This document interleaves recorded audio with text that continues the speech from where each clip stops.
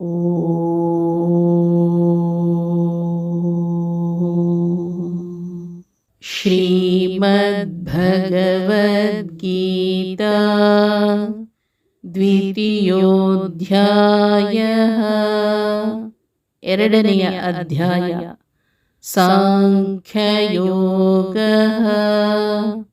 ಸಾಂಖ್ಯಯೋಗ ಅಧ್ಯಾಯ 2 ಶ್ಲೋಕ 13 ಶ್ರೀ ಭಗವಾನ್ ಉವಾಚ ದೇಹಿನೋಸ್ಮಿನ್ ಯಥಾ ದೇಹೇ ಕೌಮಾರಂ ಯೌವನಂ ಜರಾ ತಥಾ ದೇಹಾಂತರ ಪ್ರಾಪ್ತಿಃ ಧೀರಸ್ತತ್ರ ನ ಮುಹ್ಯತಿ. ಶ್ರೀಕೃಷ್ಣನು ಹೇಳಿದನು, ದೇಹವುಳ್ಳ ಆತ್ಮನಿಗೆ ಈ ದೇಹದಲ್ಲಿ ಬಾಲ್ಯ ಯೌವನ ಜರಾವಸ್ಥೆಗಳು ಹೇಗೆ ಉಂಟಾಗುವುವೋ ಹಾಗೆಯೇ ಬೇರೆ ದೇಹದ ಪ್ರಾಪ್ತಿಯೂ ಉಂಟಾಗುತ್ತದೆ.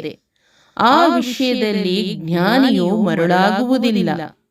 ಈ ದೇಹದಲ್ಲಿರುವ ಜೀವಾತ್ಮನು ಬಾಲ್ಯದಿಂದ ಯೌವನ ಮತ್ತು ಮುಪ್ಪಿಗೆ ಸಾಗುವಂತೆಯೇ ಅವನು ಮತ್ತೊಂದು ದೇಹಕ್ಕೆ ಹೋಗುತ್ತಾನೆ. ಧೀರನಾದವನು ಅದಕ್ಕಾಗಿ ಶೋಕಿಸುವುದಿಲ್ಲ. ದೇಹದಲ್ಲಿರುವ ಜೀವಕ್ಕೆ ಈ ದೇಹದಲ್ಲೇ ಎಳೆತನ ಹರೆಯ ಮುಪ್ಪು ಹೇಗೆ, ಹಾಗೆ ದೇಹದ ಬದಲಾವಣೆ ಕೂಡ. ಇಂಥಲ್ಲಿ ಧೀರನಾದವನು ಕಂಗೆಡುವುದಿಲ್ಲ. ದೇಹ ನಾಶವೆಂದರೆ ಸ್ವರೂಪ ನಾಶವಲ್ಲ. ಈ ದೇಹದಲ್ಲಿರುವ ಜೀವ ಪ್ರತಿಕ್ಷಣದಲ್ಲಿ ತನ್ನ ದೇಹ ಪರಿವರ್ತನೆಯನ್ನು ಅನುಭವಿಸುತ್ತಿರುತ್ತದೆ. ಬಾಲ್ಯದಲ್ಲಿನ ದೇಹ ಯೌವನದಲ್ಲಿಲ್ಲ, ಯೌವನದಲ್ಲಿನ ದೇಹ ಮುಪ್ಪಿನಲ್ಲಿಲ್ಲ. ಸತ್ತ ಬಳಿಕ ಮತ್ತೆ ಮರುಹುಟ್ಟಿನೊಂದಿಗೆ ಹೊಸ ದೇಹ. ಆದರೆ ನಮಗೆ ನಾವು ಎಲ್ಲಿಂದ ಬಂದೆವು ಹಾಗೂ ಎಲ್ಲಿಗೆ ಹೋಗುತ್ತಿದ್ದೇವೆ ಎನ್ನುವ ಅರಿವು ಮಾತ್ರ ಇಲ್ಲ.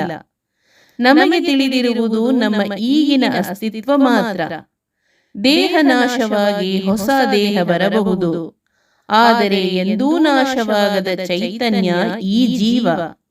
ಒಂದು ದಿನ ನಾಶವಾಗುವ ಈ ದೇಹದ ಬಗ್ಗೆ ಧೀರನಾದವನು ಎಂದೂ ಅಳುವುದಿಲ್ಲ ಎನ್ನುತ್ತಾನೆ ಕೃಷ್ಣ. ಇಲ್ಲಿ ಧೀರ ಎಂದರೆ ಅರಿವಿನ ಆನಂದವನ್ನು ಅನುಭವಿಸುವ ಜ್ಞಾನಿ, ಅಂದರೆ ಧೀ ಪ್ಲಸ್ ರಹ.